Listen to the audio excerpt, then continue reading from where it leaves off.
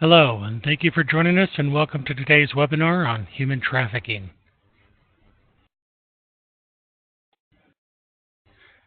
Please be advised we will be recording this webinar, which will later be posted to ANA web pages as a resource along with other great webinars.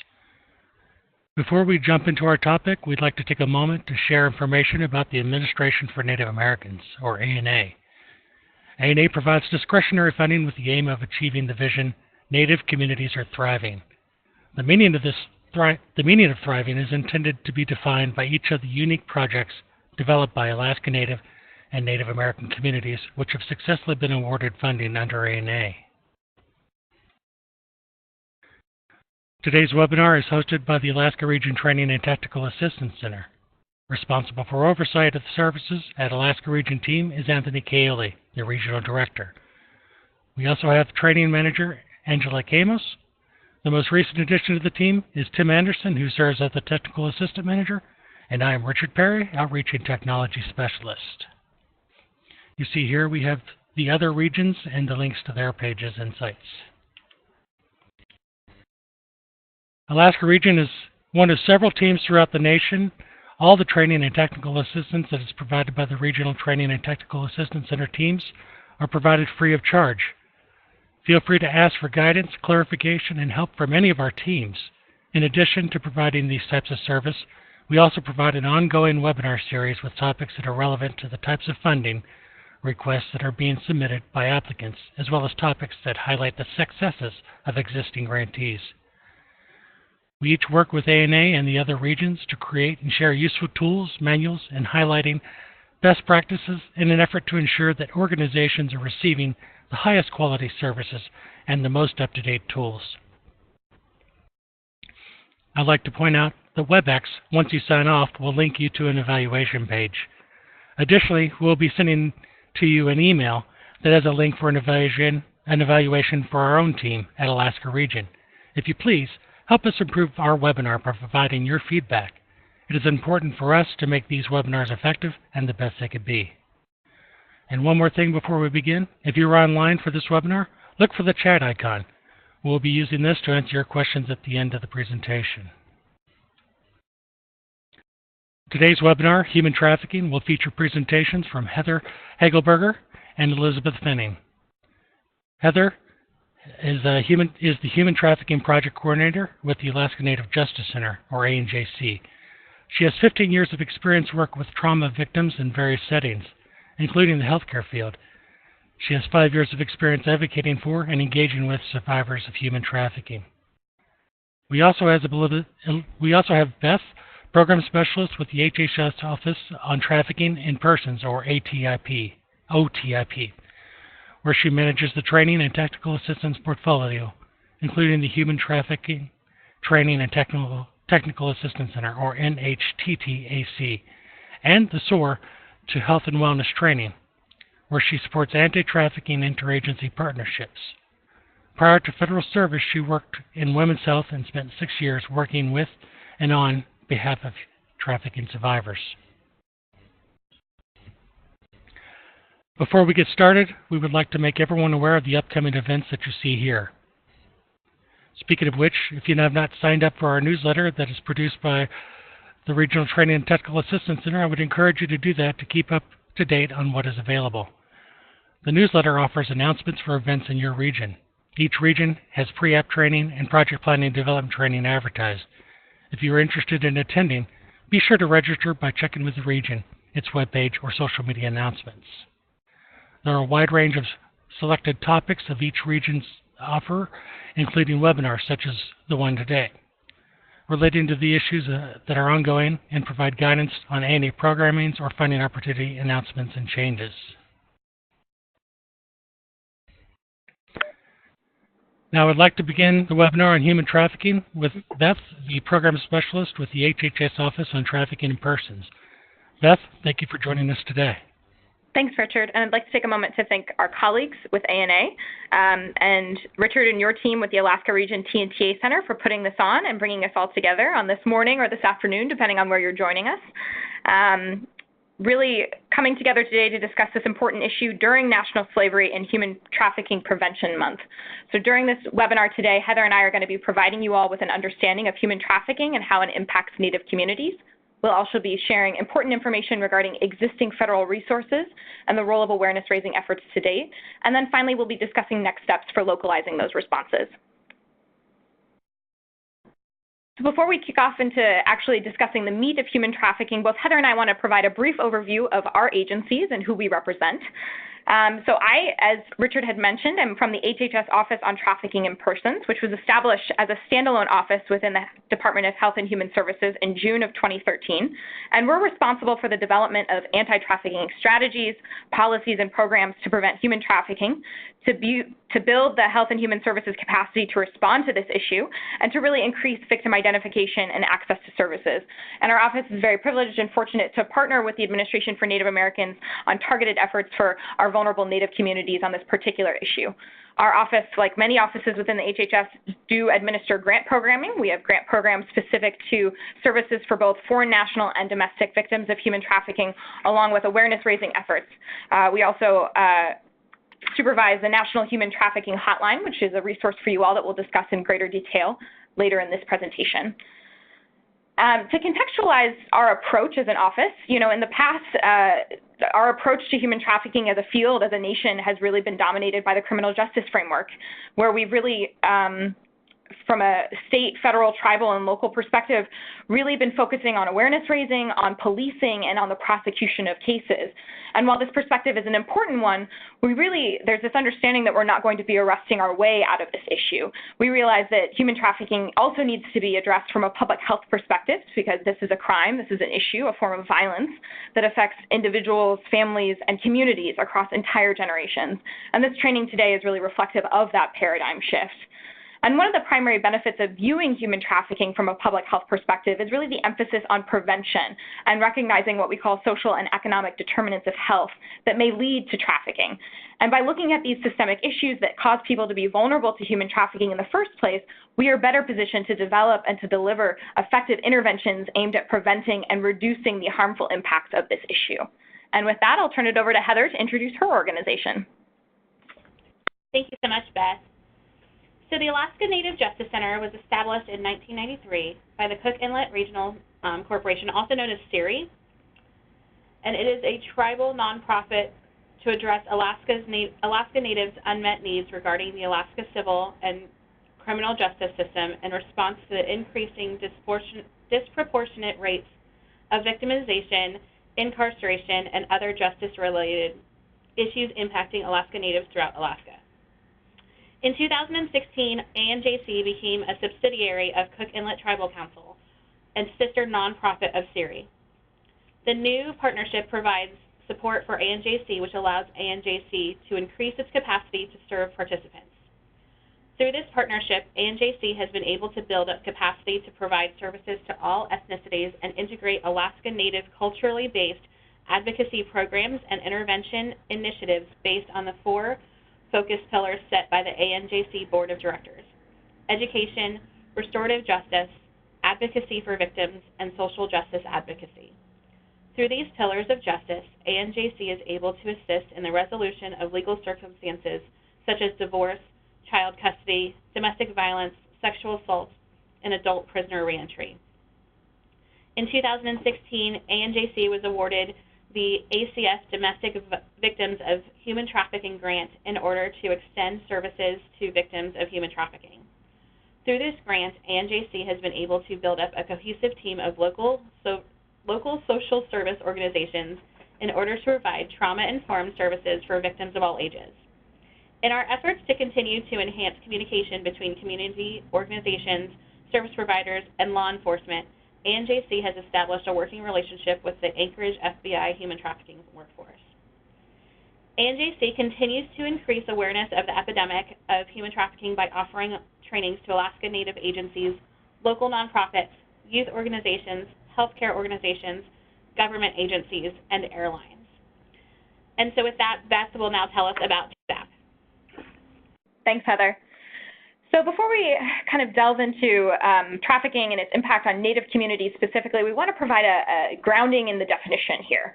So in 2000, the United States passed the Trafficking Victims Protection Act, or what we call the TVPA, which defined the crime, it created new laws, and it established remedies or services for victims of this crime. And today, I'm delighted to say that all 50 states, including a handful of tribes, have actually passed comprehensive legislation specific to human trafficking. Now, I'm not going to bore anyone with the legalese here by reading the criminal statute, but what we've done here is we've broken down the legal definition by using what we call the action, means, and purpose model. So I want you to think of these three columns that you see here on this slide as buckets, where you need to prove at least one element and only one from each in order for it to constitute human trafficking. So human trafficking is the recruiting, the harboring, the transporting, the providing or obtaining of an individual by force, fraud, or coercion for the purposes of compelled labor or commercial sex. Now, one amendment to this, in the first column under the action column, you'll see an asterisk under 3 additional actions of patronizing, soliciting, and advertising. Now, the Justice for Victims of Trafficking Act of 2015 actually expanded the definition of sex trafficking, and only sex trafficking, to include these 3 additional actions. However, I will say that this is a relatively new piece of legislation, and the case law right now is still relatively new, but be aware that those are additional actions to consider. And then finally, one caveat to all of this is when a minor, someone under the age of 18, is involved for commercial sex, in which that middle column of means disappears. So that burden of proof no longer exists for a minor. The very fact that a minor cannot consent to sex, or in this case commercial sex, is enough to prove inducement, and children, minors, are automatically recognized as victims. Now, we know that your role, as diverse as they are on this webinar, is really not necessarily to make a legal determination or to discern whether or not a patient or a client of yours is actually being trafficked. However, it really is important for you guys to understand the legal definition here and to use this action, means, and purpose model as a framework for recognizing and identifying some of the red flags that Heather and I will get into later in this presentation. Now, if we move on to the next slide, the TVPA further identifies 2 types of human trafficking: sex trafficking and labor trafficking. So sex trafficking is the recruitment, the harboring, the transporting, providing, or obtaining of a person for the purposes of a commercial sex act, in which the commercial sex act is induced by force, fraud, or coercion, or in which the person induced to perform such an act has not attained 18 years of age. Now, one clarifying point that we'll make here is that the use of the term commercial, there is a misconception here that there has to be money that is offered in exchange for that commercial sex act. But in reality, it's anything of value. So we have situations in which a victim is offering or exchanging a commercial sex act in exchange for something to meet their most basic needs. So food, shelter, clothing. We have situations in which that commercial sex act is done in exchange for drugs. So that is a commercial sex act by virtue of something of value being given in exchange for that. Other examples of sex trafficking could include the forced prostitution of adults, any type of prostitution of children, and finally pornography. So for labor trafficking, similar to sex, it's the same actions that we've been talking about: the recruiting, the harboring, the transporting, the providing or obtaining of an individual for the purpose of labor or services through the use of force, fraud, or coercion. Now, examples of this could include debt bondage, or forced labor, or involuntary child labor. And forced labor can really occur across a diversity of settings and industries, and they include, but are certainly not limited to, agriculture, commercial fishing, forestry, landscape and construction. There are situations where there are door-to-door sales through these traveling sales crews. You could see in-home or elder caregiving, certainly health and beauty salons, and really anything involving the hospitality industry or central points of tourism, if that happens to be part of your community.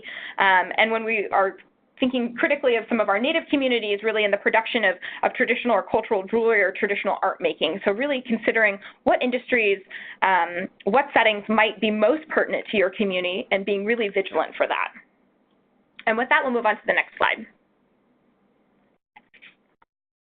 So these means of control are all used by traffickers to really compel men, women, and children to engage in these activities against their will.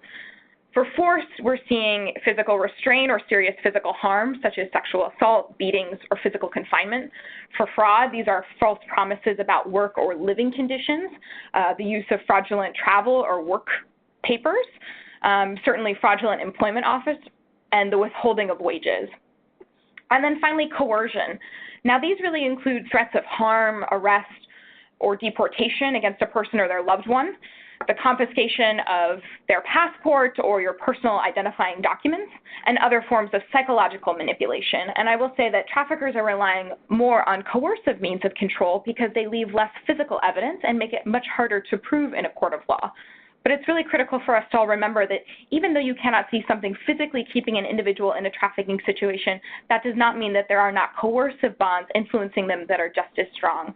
In some of the cases that we have situations where the trafficker, the abuser, the exploiter is actually an intimate partner of the victim, and that they've taken that time to sort of break down that individual's barriers, to build their trust, to build that rapport, and then use that against them to put them out on the street, to engage in commercial sex, or to work against their will, and that those emotional trauma bonds are very difficult to break down and really to replace with healthier ones once they've exited that situation. And that really takes very thoughtful work with a provider to regain that trust and to rebuild those healthy relationships with others. And with that, I'll turn it over to Heather to talk about the scope of the issue. Thank you so much, Beth.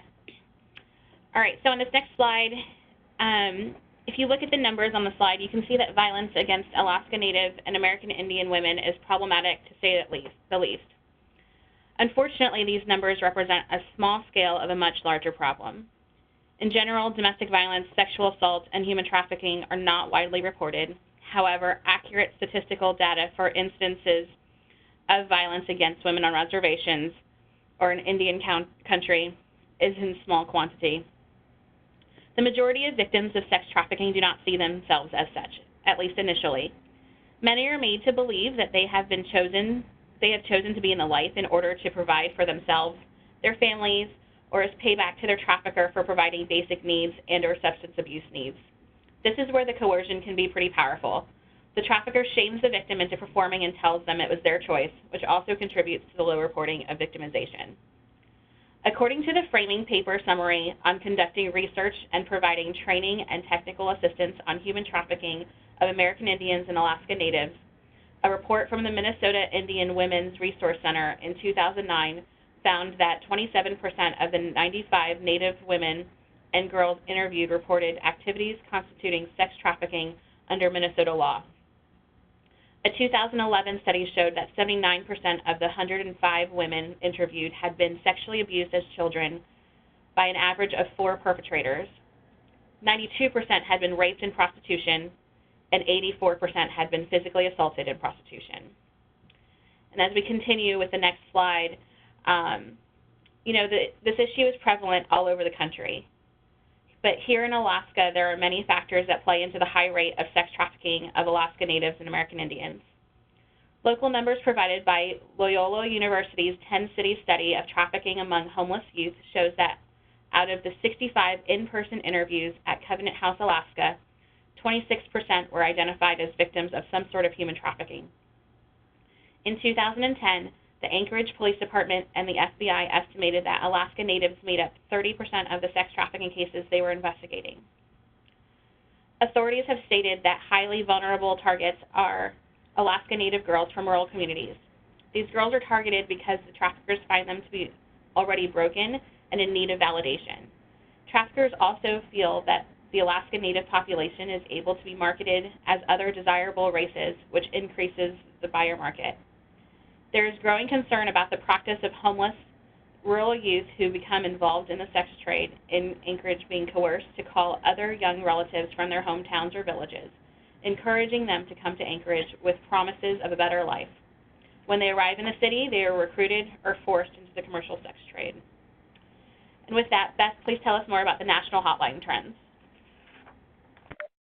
Thanks, Heather. So as I mentioned, the HHS administers the grant program for the National Human Trafficking Hotline, which is currently held by an organization named Polaris.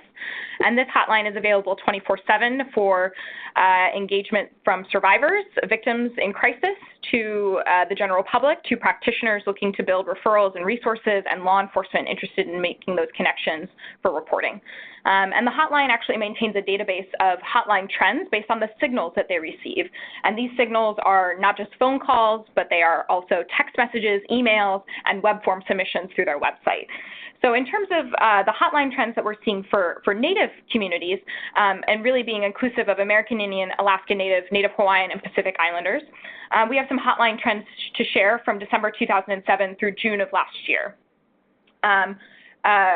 All told, the hotline received 175 reported cases of potential trafficking where the potential victim was identified as Native.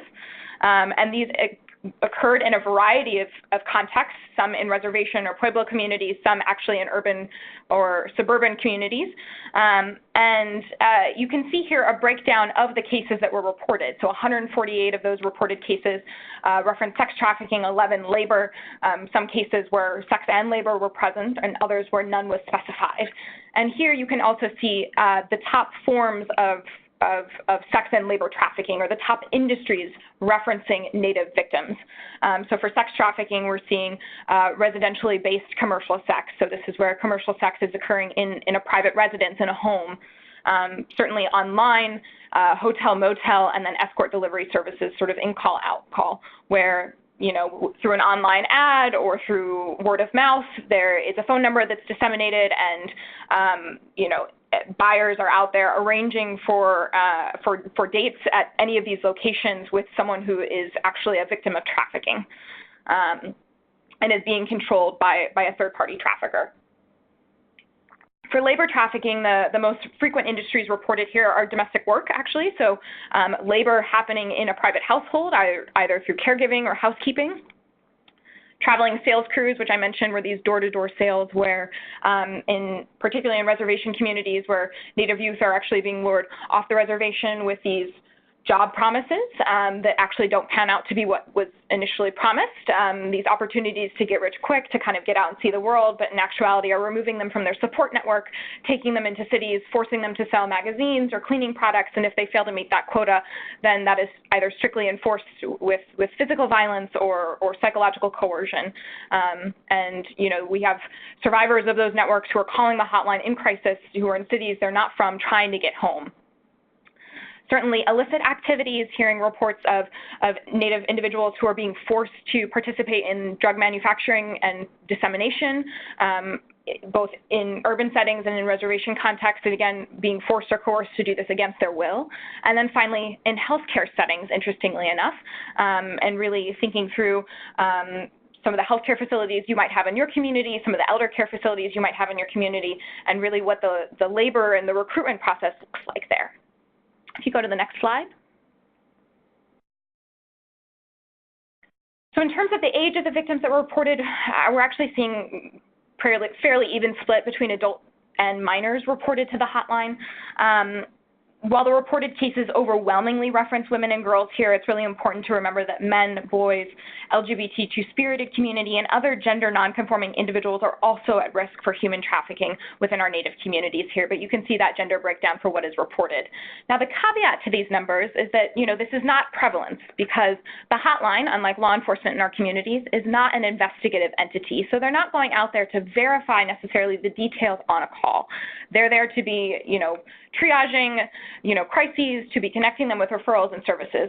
So the hotline is really relying on, one, the public's awareness of them and their services, and the awareness of, the tribal status of a potential victim that they're encountering when they make that call. So it's likely that there are actually more victims, more Native victims that are reported to the hotline but are failing to identify as such. So that's one really important disclaimer to these numbers. And with that, we're going to move on to historical trauma. Okay, so you can see a definition of historical trauma on the slide in front of you. It is important to understand how historical trauma is an underlying current for all present traumas that may affect an American Indian or Alaska Native victim. The abuse of American Indian and Alaska Native women and children can be traced to the introduction of unnatural lifeways into Native culture.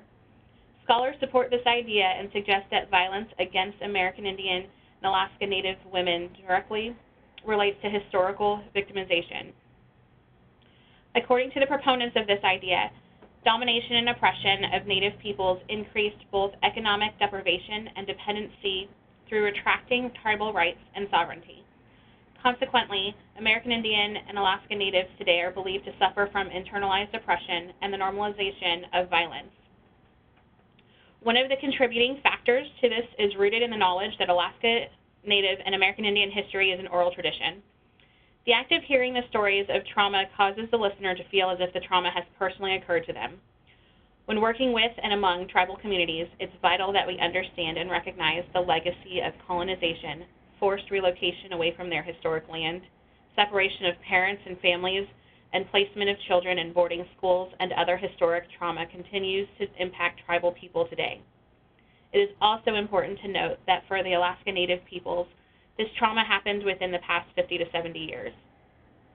This historical trauma results in defense mechanisms, developmental malfunctions, and behavioral issues, as well as depression, anger, isolation, violence and suicide, shame, substance abuse, and anxiety. And we can go on to the next slide where we're going to talk about the risk factors for Native communities. So as you're looking at these risk factors, I would like to share a little bit of background of one of the participants in our program. At an early age, she had a history of extreme neglect and abuse. By the age of 12, she had been sexually abused by 4 different men in her life and had been physically, mentally, and emotionally abused by her parents and older siblings. And from that abuse, she was sent to a foster care home. It was there that she was introduced to marijuana, alcohol, and meth in her village and began to be trafficked. She became pregnant with her first child. And all of this happened in her village where everyone knows everyone. While human trafficking can happen to anyone, certain populations are more vulnerable and are at higher risk for becoming victims. Many of the listed risk factors make Native populations especially vulnerable to human trafficking. For those who leave the reservation or their Native community, this vulnerability can often increases by the loss of their social network and support of extended family. It's important to note that amongst Indigenous children, the high number of them in foster care is a major risk factor.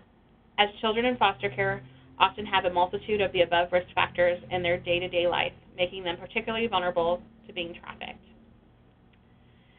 And so as we move on to the next slide, we're going to talk about where you might encounter some victims. There are many places where you can encounter individuals who have been trafficked. This list here provides a few examples, but is definitely not exhaustive. One of the most likely places we have found to encounter victims here in Alaska is the Ted Stevens International Airport in Anchorage. Due to the lack of road systems in Alaska, transportation is done by air and boat, with travel to larger cities primarily done by plane. Alaska Native youth have the ability to fly without an ID or chaperone. When boarding the planes, they do not need to go through security or present identification, making it easy to recruit Native youth from rural communities. And now on the next slide, we're going to talk about some of the potential red flags for trafficking.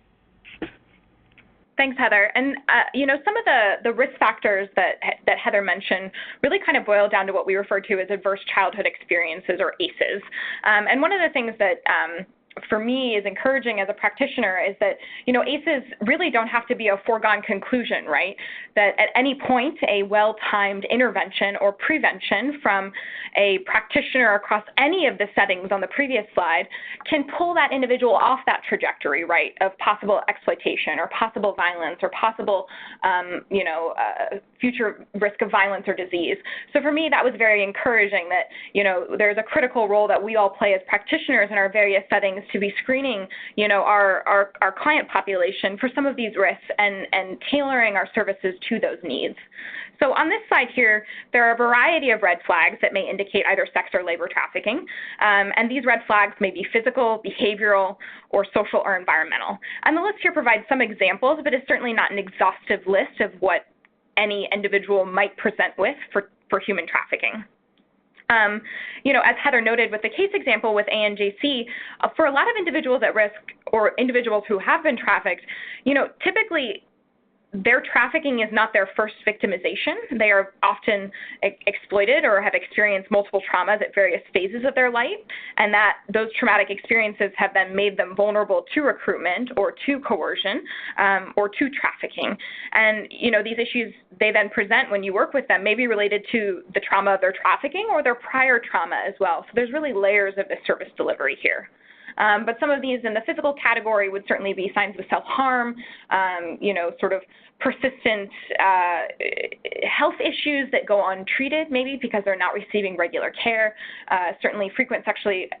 sexually transmitted infections, signs of physical or sexual abuse.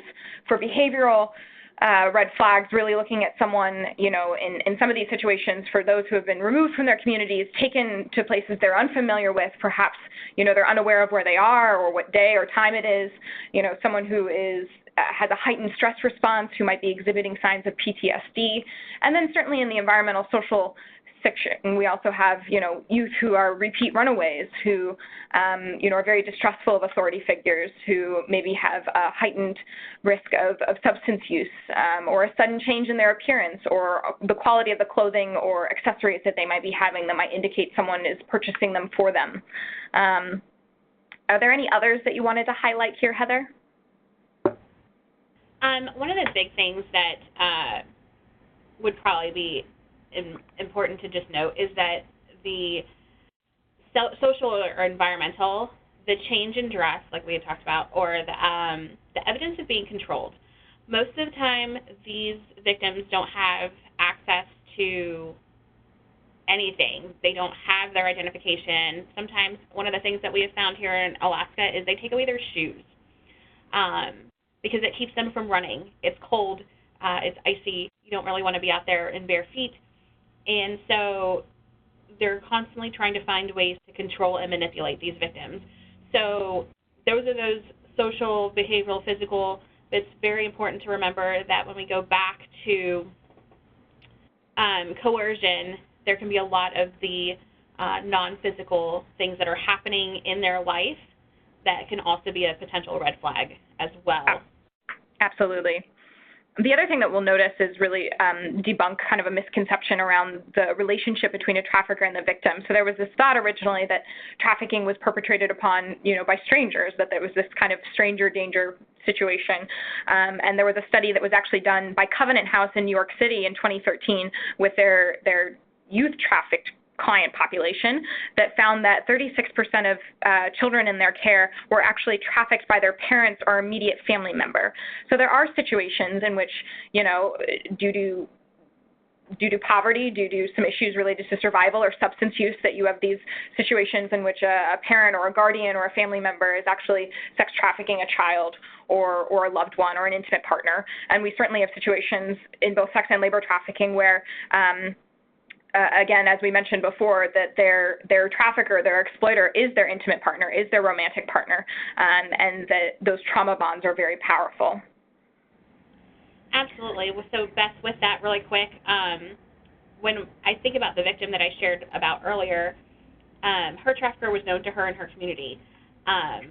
So, it's those people that are in our day-to-day life. One of the things that we have come in contact with here in Alaska is teens who are using blackmail, getting into relationships with girls and asking them for pictures and then using that as blackmail to coerce them into the sex trade. So there's all kinds of manipulation that goes along with it, but it's almost always, it seems to be, at least in the cases we've encountered, people who they know. Right, absolutely. And one of the resources that Richard's going to send out after this call is actually the link to screening tools for those of you who are practitioners who are working in healthcare, behavioral health, social service, public health settings, who might have an opportunity for protocol development and screening. We are going to share that with you guys. So HHS has the Assistant Secretary of Planning and Evaluation who partnered with the Children's Bureau in recent years to pilot a life experiences survey with youth specifically in runaway and homeless youth and foster care and child welfare settings. So there is a short form associated with that, really looking at risk and red flags for child trafficking. And then finally, the TNTA provider that I supervise, NITAC, the National Human Trafficking Training and Technical Assistance Center, last year developed and released an adult human trafficking screening tool to accompany our sort of health and wellness training. And that just includes 8 questions for screening for risk and for possible trafficking that we'll make sure that we share with you all to consider adapting and integrating within your service settings. And with that, we'll move on to the next slide. So in terms of building a community response, every person who has been trafficked is unique and will certainly require a different mix of services. So there's really no one-size-fits-all here. And a vital component of responding to trafficking is really collaborating across the diverse sectors of experts who can provide services within your community. And these can include legal aid, housing, medical care, behavioral health services, and peer support. And it's really important that you build a referral network insofar that you are able, as well as a protocol for making and receiving referrals. And this includes strategies for trauma-informed care, such as providing a warm handoff when your patient or client receives services from a new provider, and really explaining to that client the process and maybe some of the limitations perhaps of the services that they'll be receiving, to provide them as much visibility and as much transparency as possible around that. And Heather, do you want to speak a little bit to how you all have approached community partnerships in Alaska? Absolutely. So through the DVHT grant, ANJC has been able to build a network of service organizations in order to provide housing, behavioral health, medical, vocational and educational training, treatment for substance abuse, and case management. As a network, we're able to provide wraparound service in order to lessen the service gaps that we would encounter each working independently. So this multidisciplinary team response is important in assisting our victims in taking back control over their lives.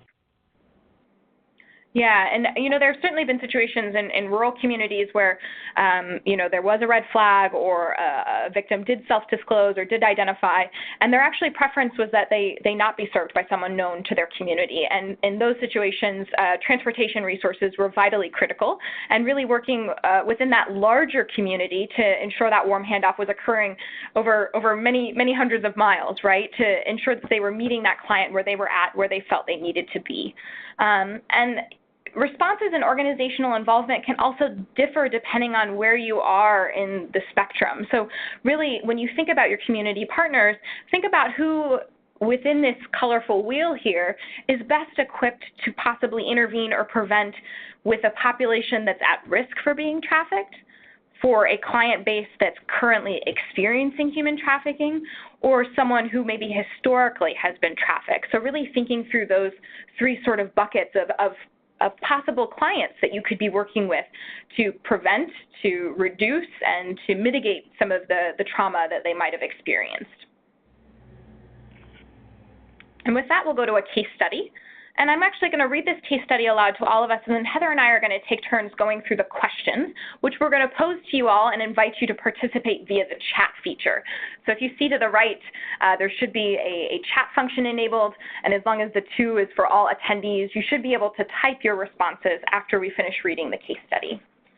So this case study is for a woman named Janet, and again, we've removed any identifiers here in this situation. We're protecting the confidentiality of the survivor, and I'll go ahead and read it. So Janet is a member of the Klamath tribe of American Indians. She grew up with a physically, sexually, and emotionally abusive father. Janet responded to the trauma of her home life by cutting herself and began to consider suicide when she was just 11 years old. As a young woman, Janet married a man who was also abusive. After they were divorced, Janet had little money and nowhere to live. She and her children moved in with an acquaintance who coerced Janet into sex trafficking using physical violence and the threat of harming Janet's daughters to force her to cooperate. While Janet was being trafficked, she interacted with social workers and healthcare providers. Unfortunately, not all of them used trauma-informed care during their interactions with her. On one such occasion, a social worker visited Janet's apartment to perform a child welfare check. She asked Janet if she was being abused, and Janet, fearful of her trafficker, lied and said that she was not. The social worker then asked Janet if she was Native American. When Janet said that she was, the social worker gave her a referral for a drug treatment program, even though Janet wasn't using any substances. So for this first question, can you guys identify the force, fraud, or coercion in Janet's case study? What were some examples of that?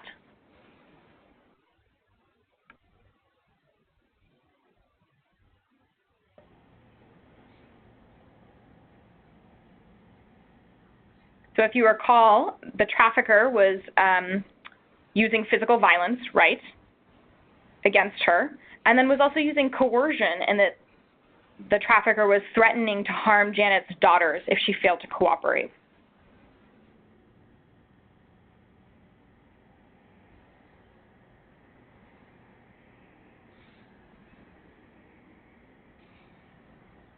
Heather, do you want to go ahead with the next question? Yeah. Okay, so for the next question is, what barriers came between Janet and her service providers? And you can go ahead and type in your answer to the chat.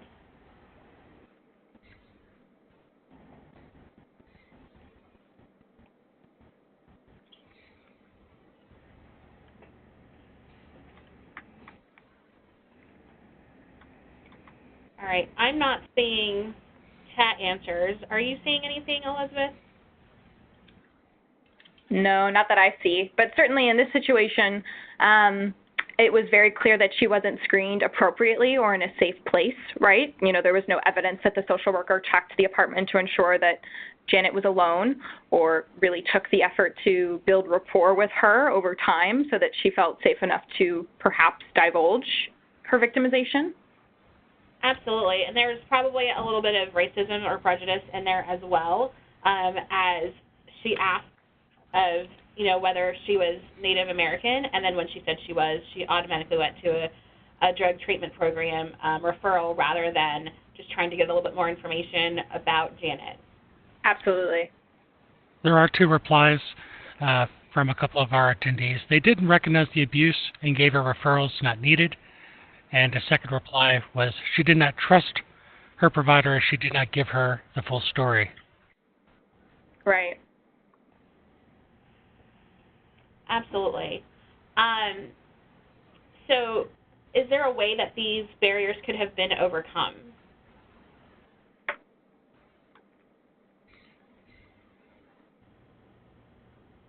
And when you reply, I'll read them out.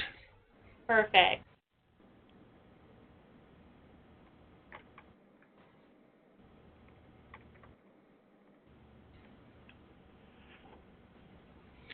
Building rapport with Janet. Yeah, absolutely. You know, the first thing to do with trafficking victims is the realization that trust does not come easy to them. So they're not going to maybe initially identify as a trafficking victim or self-report. And so it's important to build that rapport with your potential victims as you're screening, knowing that it may take a little bit of time before they will break down and let you know exactly what's going on. There's a few more replies that just came in, and one suggested that taking more time to learn her story. And yeah, another reply is trained in trauma-informed care. Yes, that is a big key. If her social worker had been trained in trauma-informed care, she would have known to recognize the signs that there needed to be more in that conversation. It needed to be located at a different location, in a different atmosphere. And so, yeah, that absolutely would have helped to overcome those barriers. And we have a few more. By learning about different cultures. Yes, absolutely. Cultural trainings, you know, while we're all the same as human beings, we're all so different because of our culture and our backgrounds, and so it's so important to make sure that we do have those trainings and are aware of how that affects our perception when it comes to abuse and violence. We have a few more. Interview outside of the home. Yes, absolutely, absolutely. That would go also under that trauma-informed care training, knowing that the screening needed to happen not where her trafficker was with her. And 2 more. Becoming aware of human trafficking patterns. Absolutely, absolutely. As you learn more about human trafficking, while no case is exactly the same as others, there are a lot of patterns that are similar, and so it is very important to be aware of those and know the best practices in trying to take care of your clients as best as possible. And lastly, we have the last reply. The worker listening to the full story and understanding her history. Absolutely, absolutely. And so all of this, you know, comes down to knowing that things take time. Building a relationship with your clients takes time. Building that rapport and just being sensitive to the fact that you need to be able to take them into a safe location where they're away from their trafficker, where they can be honest, and take that time to build trust with them. And I'll add one last question. Sometimes when there's a suspicion, even if you ask, they may not confirm that they're being or that they're not in a trafficking situation. Is that right? Absolutely. Most victims, when initially approached, will not identify as a victim. As I discussed earlier, many of them have been coerced to the point where they believe that they are making those choices on their own.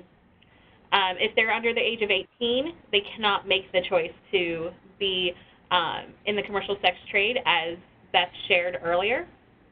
And so as an adult, even if they are still in that commercial sex trade, they may feel like, well, it's my choice now, and so they may not identify as a victim. It may take some time with the service provider to just continually share information, continually to educate and listen, and just listen and meet them where they are. And eventually, if they feel safe, they will share. Right. I think Heather hit the nail on the head there, and I think this is also underscoring why training and awareness raising is so critically important, because some communities don't have the language right to articulate what trafficking is. There isn't this consciousness of this crime, of this form of violence, and human trafficking is a complex form of violence that's often interrelated and tied to other forms of trauma that they're experiencing, and can often be misidentified or identified as something else. And so there are really layers of complexity to trafficking. And I think, as Heather said, just meeting the client where they're at, seeing those red flags and trying to provide for the immediate needs of that client as you work to build rapport, as you use the language that your clients are using to mirror back to them, to signal that you're a safe space, and really, again, meeting them where they're at and at that pace, that a disclosure, while not your sole purpose, might be something that will occur incrementally over time, over those interactions. Absolutely. And so with that, we're going to go ahead and continue on into the next slide, where we will talk about cultural practices. There is a list here, and it's definitely not exhaustive, but it does give some idea of different ways that we can be culturally sensitive to our victims. So restoring cultural practices as a form of healing and prevention, both initially and to prevent re-victimization, can vary between different traditional cultures throughout the country. While cultural traditions may not always look the same, the connection to community and family is prevalent. It is through the embracing and offering of these traditional practices that can promote healing and restoration to victims of trafficking. So one of the things that we do here at ANJC is we have women's gatherings, and that is a safe place for women to come and do some sort of culturally relevant activity, whether it's beading or making dream catchers, but it provides a safe place for women to come together and connect, and that connection is key in their healing process. Absolutely, and I think peer support is a critical part of the restoration and the service delivery that we all do as practitioners that isn't always the first to jump into our mind, right? But you all as practitioners in your community know what specific traditions or cultural practice most resonate with your population. So really consider to incorporate some of those traditional healing or forms of restorative justice that would most resonate with who you work with, and really building and fostering that resiliency with a connection to their cultural practice. And with that, we'll move on to a resource that was jointly developed by the Administration for Native Americans and the Office on Trafficking in Persons that was launched in 2017. If you guys are an ANA grantee, you guys probably already are aware and hopefully are utilizing this resource. But this toolkit was developed for Indigenous youth and Native serving organizations to really raise awareness around human trafficking, its impact on Native communities, and really provide concrete action items for how Native youth can not only prevent or protect themselves, but also have these conversations within their community to raise the awareness of this as an issue as it impacts Native communities. And this was a resource that was developed in consultation with tribal youth, with ACF Native grantees, with Native survivors, and by our federal partners. And we really say that this is our beta launch, that we're really committed to refining and tweaking this resource moving forward. So we really welcome your feedback on its utility and its tone and its strategies for really keeping it current. One of the things that we all know from this webinar and just our work is that, this can be a very heavy topic. And this toolkit, really, we tried to embody a strengths-based or empowerment-based approach. So we tried to choose imagery that depicted Native resiliency. We tried to provide concrete action items for youth to meaningfully engage in to, again, prevent trafficking. And really wanted to lift up the storytelling of Native survivors, so you'll see quotes throughout this. But this is available in both the ANA and the OTIP resource library. There's a link here on this slide that will be shared afterwards, and we really hope that you guys will incorporate this into your practice if you are working with Native youth in your community. We also want to highlight some free technical assistance that is available to you all. So I supervise NITAC, the National Human Trafficking Training and Technical Assistance Center, which administers anti-trafficking training to the public, to HHS grantees, to public health and healthcare professionals on how to identify and respond to human trafficking in a trauma-informed and culturally sensitive way. And there is a way to request training of us by emailing info@nitac.org or calling our customer support center at 844-648-8822, where you'll speak to a T&TA specialist to assess your needs. One of the signature curriculum that we disseminate and we produced is something called the SOAR to Health and Wellness Training. And SOAR is an acronym that stands for Stop, Observe, Ask, and Respond to Human Trafficking. And this is an accredited training for healthcare and social services professionals that we develop across a three-tiered approach. So we have training for individuals, and that's largely administered through our learning management system, which is free for anyone to create an account. You guys can log in to take any of our modules in both English and Spanish at your own pace and then apply for CEs or CMEs. So there are some states, some tribes that are considering legislation or who have passed legislation requiring frontline responders, emergency professionals, or educators or healthcare providers to take anti-trafficking training as a condition of their licensure renewal. And this is a training where you will receive a certificate of completion that would fulfill that obligation. So we do want you guys to be aware of that free resource. We also provide online blended learning at an organizational level through cohorts where we convene professionals from similar organizations in similar settings to really help them think through how their organization can respond to trafficking within their various programs, how they can institutionalize protocols and policies for victim identification and service response. And then finally, we provide SOAR training in person across several days for communities and really doing a community assessment with multidisciplinary teams, really meeting them where they're at and coming up with some strategic planning for how communities can better respond to this issue. For the last 6 months, we've actually been working with Native experts and our colleagues at the Administration for Native Americans to produce SOAR for Native communities. So this is a training that we've been piloting recently at several Native conferences and that we will be hopefully releasing by the end of March this year. So please keep an eye out for that. It will also be online and freely available to those who are interested. On this next slide, we'll just mention the National Human Trafficking Hotline, whose statistics that we cited. Again, this is a resource 24/7 anywhere in the U.S. or its territories. Calls can be answered in 172 languages through a tele-interpreting service, and unlike other hotlines, they are not a direct report to law enforcement. While they certainly serve as mandated reporters, they are a confidential resource and do receive calls from clients, from victims, from survivors in crisis. They've really taken the time to build a network of national, local protocols that include trained referrals for trafficking. So if you are a service organization who are interested in receiving cases referred through the hotline, I would encourage you guys to reach out to them at www.humantraffickinghotline.org for more information or for considering to join part of that referral network. And then finally, we just have some other federal resources from our partners that we wanted to offer you all as well.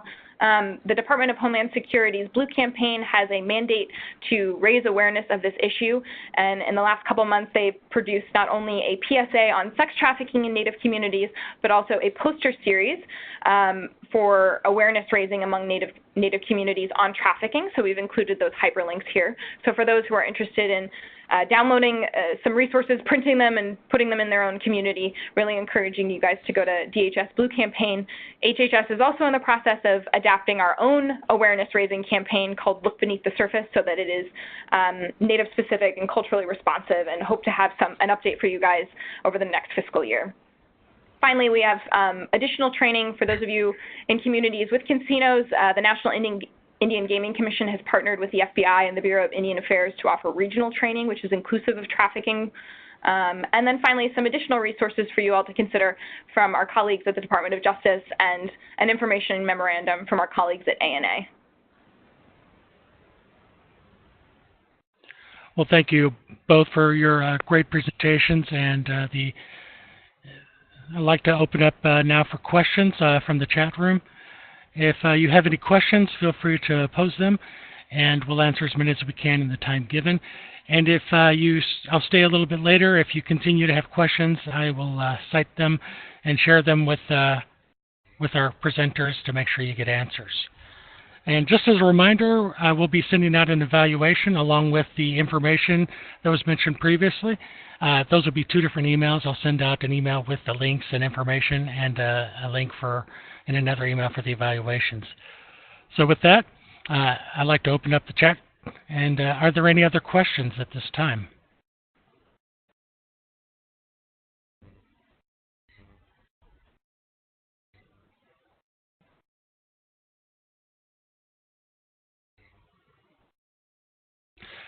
We have a question just come up. Is there information for the more intensive training? Sure. So SOAR for Native Communities, which I just mentioned, is our more intensive training that we're looking to include as part of our learning management system. So we'll notify you guys once that has been accredited and loaded into the system. Also, definitely consider reaching out to the ANA TA providers, in addition to our own NITAC, for more specialized training. So if you are working within a particular setting or working within a particular community and you are really interested for a more tailored or specialized approach, really encourage you guys to contact NITAC or any of the ANA TA centers for us to develop a plan for that. Yes, and we'll certainly be able to connect you with the right people with that. Are there any more questions? We'll take a few moments to wait.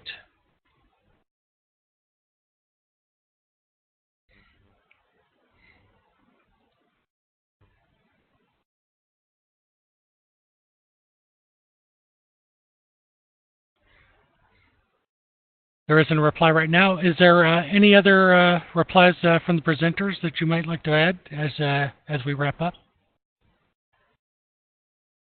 No, I really just want to thank you all for taking the time out of your busy days to join us on this important issue, and look forward to continuing this conversation in the future. Great. And as I said before, look for emails from me. And if you have questions, feel free to bring them along, and I will make sure that you get an answer as best as we can provide. Thank you both for your great presentations. Appreciate the time and effort that you took in presenting the important information on human trafficking. I think it was very well informative, and thank you so much for taking the time. Thank you. Thank you. Have a great Thursday. Thank you. And with that, we're going to go ahead and sign off. Goodbye.